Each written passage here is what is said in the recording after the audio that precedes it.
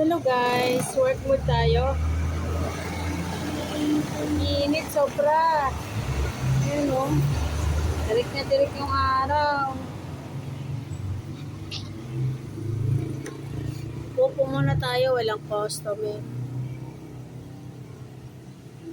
Init sobra. Ang init sa Pinas.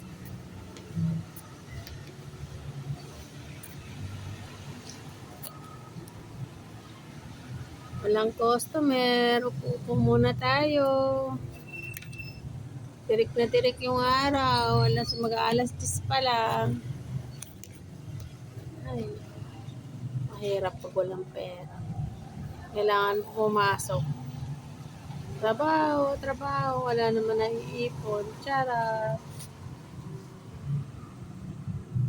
Kaya eto, tamang araw-araw lang pasok.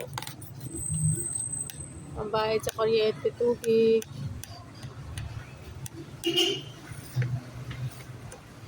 Ay, nako, init sa Pilipinas.